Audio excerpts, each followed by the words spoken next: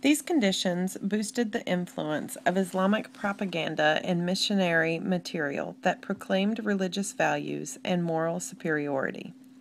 Propaganda based on Wahhabi extremism makes promises of prosperity with the establishment of Sharia-based governments, with an emphasis on showing Russian military and security forces are not serious obstacles to Wahhabi jihad warriors or ultimate militant Islam victory. Wahhabis based at the Medina University in Saudi Arabia focus on spreading their influence into the heart of Russia through mosques, student groups, and Islamic centers. Through an increased effort from lobbyists inside the Russian government itself for increased Islamic education funding, the government has buckled under the pressure and funded the foundation of an Islamic university within the Moscow State University. Next slide. Southern regions such as Chechnya and Dagestan have felt the presence of radical Wahhabi Islam the most. Since 1989, radical Islam has gradually permeated the fabric of Chechnya's socio-political environment. In the early 90s, Wahhabi Islamic fighters moved into the southern region of Russia. Amir al-Khattab, who is directly linked to Osama bin Laden, moved the Wahhabi Ashur ideology into Chechnya with large sums of money and means to train fighters. Al-Khattab was originally from Saudi Arabia and married a Dagestani Wahhabi woman. His father-in-law was killed in the siege of Karamaki, thus causing a sense of personal revenge against Russia and Russians in general. He played an enormous role in Chechen military operations during the late 1990s and offered military training to Chechen separatists. He established a foreign holy warrior battalion that inspired and unified all layers of Chechen society, especially the younger generation. These younger generation warriors vowed to fight without regard for their own lives. Chechnya became a popular destination for Middle Eastern militants and mercenaries, and quickly became a symbol of opposition to the modern Russian state. Wahhabists played a decisive role through financial and operational support networks, information gathering, and military training camps. This led to the division of the region politically, socially, and most importantly, militarily, resulting in the First Chechen War and the Second Chechen War. The separatist movement in Chechnya gained momentum in 1999 and was dominated by a Wahhabi Islamic-style agenda.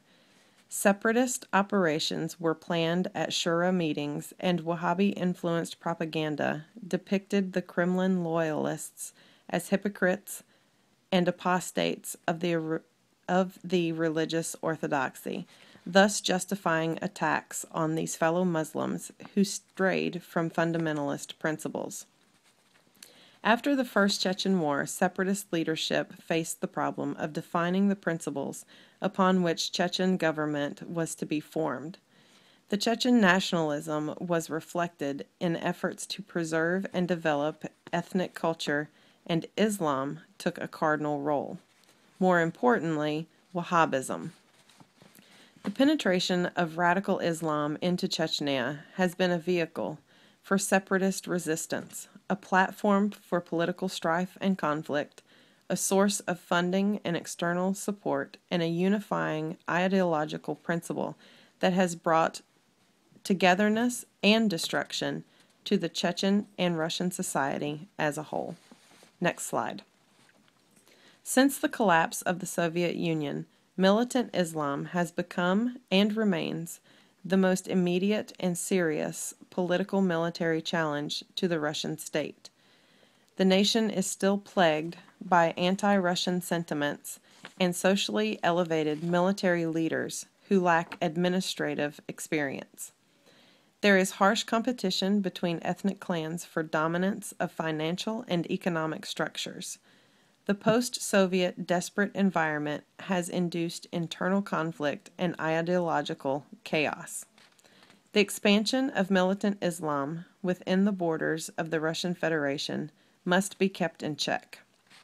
The lack of aggressive security measures from the Russian state, the unchecked migration of extremist individuals from Central Asia, further radicalism of indigenous ethnic Muslim population, the general upsurge of militant Islam in the world since 9/11, and the recent success of terrorist attacks throughout Russia are all a result of widespread militant Islam in Russia, from the southern borders of Chechnya and Dagestan to the northern Caucasus, central Russia, and even the heart of Moscow.